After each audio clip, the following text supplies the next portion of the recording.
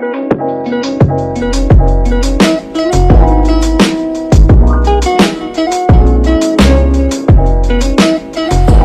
perkenalkan nama saya Samuel Eginta Ginting dengan NIM 210306045 dari Prodi Peternakan Fakultas Pertanian Universitas Sumatera Utara. Di sini saya akan menjelaskan metabolisme dari protein, karbohidrat, dan lemak serta hubungannya melalui beberapa pertanyaan. Untuk video kali ini saya menyebutnya sebagai Q&A metabolisme protein, karbohidrat, dan lemak. Di sini saya sudah memiliki 7 pertanyaan yang akan kita kupas pada video kali ini. Yang dimulai dari pertanyaan pertama, yaitu jelaskan proses pencernaan karbohidrat pada monogastrik dan ruminansia. Pada monogastrik, pencernaan karbohidrat dimulai dari mulut dengan pelumas saliva di dalam ginjal secara mekanis dan hidrolisis. Dilanjut di dalam usus halus oleh enzim pankreas, empedu, serta getah usus. Proses pencernaan ini hanya mampu menghidrolisis karbohidrat sederhana, sedangkan serat kasar tidak mampu didegradasi.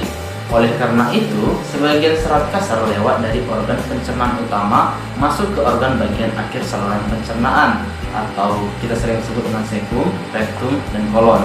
Pada bagian ini terjadi pencernaan. Pada ruminansia, proses metabolisme karbohidrat pada hewan ruminansia berlangsung di dalam rumen. Karbohidrat ini merupakan golongan polisakarida, yakni serat kasar atau selulosa. Di dalam rumen, karbohidrat difermentasi oleh mikroba menjadi piruvat. Kemudian asam piruvat yang dihasilkan akan dibuang menjadi PFA, CO2, dan CH4.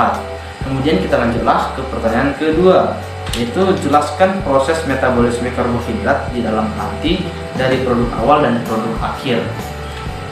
Metabolisme karbohidrat. Dalam proses metabolisme karbohidrat, hati melakukan beberapa fungsi spesifik seperti menyimpan glikogen, mengubah laktosa dan fruktosa menjadi glukosa dan gluconeogenesis, membentuk banyak senyawa kimia penting dari hasil perantara metabolisme karbohidrat. Hati sangat penting untuk mempertahankan konsentrasi glukosa darah normal. Misalnya, penyimpanan glikogen memungkinkan hati mengambil kelebihan glukosa dari darah, menyimpannya, dan kemudian mengembalikannya kembali ke darah bila konsentrasi glukosa darah mulai turun terlalu rendah. Begitulah, dan kita lanjut ke pertanyaan ketiga, jelaskan proses pencernaan protein pada unggas dan ruminansia. Pencernaan protein pada unggas dimulai saat makanan dihaluskan dan dicampur dalam ventriculus. Pencernaan tersebut dimulai dengan konsentrasi otot proventriculus, yaitu mengaduk-aduk makanan dan mencampurkan dengan getah pencernaan yang terdiri atas HCl dan pepsinogen. Pepsinogen yang bereaksi dengan HCl berubah menjadi pepsin. HCl dan pepsin akan memecah protein menjadi senyawa yang lebih sederhana seperti polipeptida, proteosa, pepton, dan peptida. Penyerapan protein dimulai ketika makanan masuk ke dalam usus. Mukosa usus terdiri atas lapisan otot lecin, jaringan ikat, dan epitel kolumnar sederhana dekat lumen. Pada epitel pelapis terdapat banyak sel goblet yang menghasilkan lendir dan sekresinya membantu melicinkan makanan. Pada mukosa terdapat banyak filus yang mengandung banyak pembuluh darah dan pembuluh limfa kecil. Kemudian lapisan epitel akan menyerap air dan zat-zat makanan. Sel absorpsi dari filus merupakan tempat absorpsi asam amino. Secara umum, asam amino setelah diserap oleh usus halus akan masuk ke dalam pembuluh darah. Pada ruminansia, asam amino untuk ternak berasal dari protein yang lolos degradasi atau bypass protein, protein mikroba rumen yang tercerna dan terserap dalam usus, serta dari hasil fermentasi rumen. Perombakan protein oleh enzim proteolitik dalam rumen menghasilkan peptida dan asam-asam amino. Produk ini sebagian besar akan mengalami katabolisme lebih lanjut atau yang sering kita sebut dengan diaminasi, sehingga dihasilkan amonia atau NH3. Kegiatan diaminasi asam-asam amino menghasilkan amonia yang bersifat konstitutif, yang artinya bahwa mikroba rumen akan terus melakukan diaminasi terhadap asam amino walaupun telah terjadi akumulasi amonia yang cukup tinggi di dalam rumen. Kemudian protein pakan dan NPN dalam rumen akan dirombak menjadi asam amino dan amonia untuk selanjutnya disintesis menjadi protein mikroba. Kemudian masuk ke dalam abomasum dan selanjutnya dalam usus kecil diabsorpsi masuk ke dalam aliran darah. Dalam rumen, sekitar 80% spesies mikroba rumen mampu menggunakan amonia sebagai sumber nitrogen untuk sintesis protein. bakteri rumen adalah pengguna amonia sebagai sumber nitrogen yang paling efisien. Di samping dimanfaatkan oleh mikroba rumen, amonia yang dihasilkan juga diserap oleh darah melalui dinding rumen, dibawa ke hati dan diubah menjadi urea. Beberapa urea ini mungkin dikembalikan ke rumen melalui saliva dan juga langsung menembus dinding rumen. Tetapi sebagian besar dikeluarkan bersama urin dan kemudian dibuang. Setelah itu kita masuk ke pertanyaan yang keempat. Jelaskan proses metabolisme protein yang terjadi di dalam hati. Dalam rumen, protein pakan akan mengalami hidrolisa menjadi oligopeptida oleh enzim proteolitik yang dihasilkan oleh mikroba rumen. Oligopeptida selanjutnya akan diubah menghasilkan peptida dan asam amino yang bisa digunakan oleh sebagian mikroba rumen untuk pertumbuhannya, terutama oleh Bacteroides ruminicola, di mana bakteri ini mempunyai sistem transport untuk mengangkut asam amino ke dalam tubuhnya. Bacteroides ruminicola bisa menggunakan 40% peptida dalam rumen, sedangkan Putri fibrosolven menggunakan kurang dari 10% untuk pertumbuhannya. Karena tidak semua peptida dan asam amino yang terbentuk dalam rumen digunakan oleh mikroba, di mana sebagian akan mengalir ke usus halus. Baik, kita lanjut ke pertanyaan kelima. Jelaskan proses pencernaan lemak pada monogastrik dan ruminansia. Baik, pencernaan lemak pada ruminansia. Untuk pencernaan lemak pada ruminansia dimulai dari aktivitas mikroba di dalam rumen terhadap lemak pakan yang akan membebaskan asam-asam lemak tak jenuh untuk kemudian diubah menjadi asam lemak jenuh yang tidak terserap rumen, melainkan terus ke alat pencernaan bawah atau usus halus, di mana ia akan diserap dan menyatu dengan kilomikron. Kilomikron ini mengandung lemak dan protein serta mempunyai fungsi sebagai alat transport lemak dari usus halus menuju ke jaringan-jaringan tubuh. Di dalam usus halus, lemak dipecah menjadi asam lemak dan gliserol oleh enzim lipase. Kemudian gliserol meneruskan perjalanannya ke hati, sedangkan asam lemak tidak dapat langsung diserap oleh usus karena zat ini tidak larut dalam air. Penyerapan zat ini dipermudah oleh getah empedu yang akan mengemulsikan asam lemak menjadi suatu bentuk yang larut dalam air sehingga dapat diserap oleh sel mukosa usus halus. Lemak yang diserap masuk peredaran darah melalui vena porta ke hati melalui sistem limpatik dan ductus thoracikus. Sebagian dari lemak yang diserap terutama akan masuk peredaran darah melalui sistem limpatik dapat langsung disimpan dalam jaringan. Sebagian besar lemak yang diserap mengalami metabolisme dalam hati.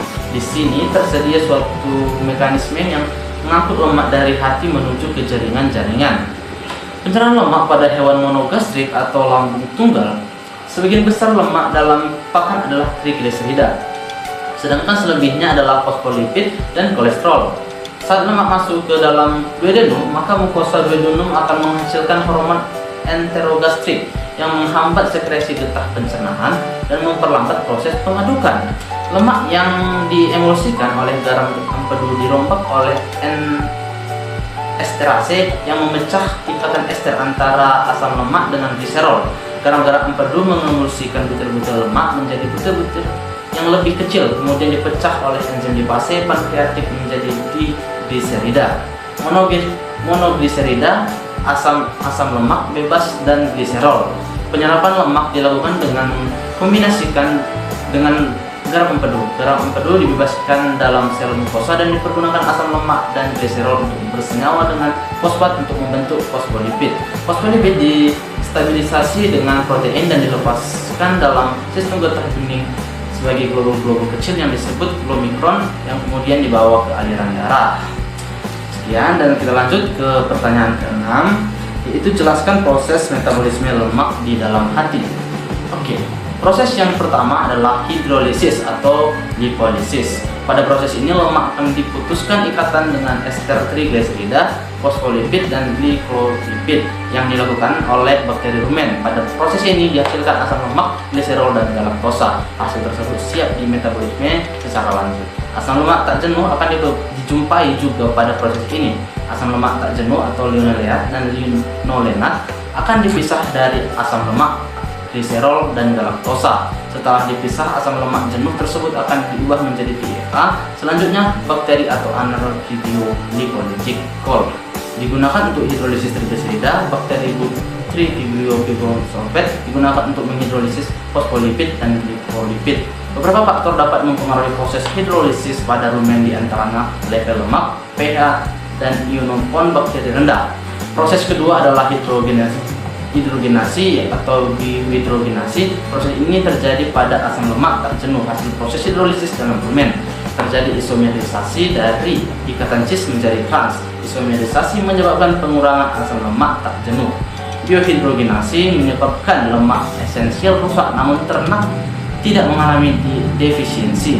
Lemak esensial dapat memenuhi kebutuhan lemak pada ruminansia. Kebanyakan lipid pada ruminan masuk ke duodenum sebagai asam lemak bebas dengan kandungan asam lemak jenuh yang tinggi. Lemak akan diserap oleh duodenum. Asam lemak rantai pendek hasil hidrolisis akan diserap oleh rumen. Asam lemak rantai panjang akan masuk ke dalam epitelium dan usus halus. Pada usus halus, lemak akan disintesis menjadi gliserida dan asam lemak oleh enzim fase. Asam lemak ini membentuk triacylglycerol dalam epitel usus. Triacylglycerol, fosfolipid, dan kolesterol membentuk kilomikron dan masuk ke peredaran darah yang diedarkan ke seluruh tubuh.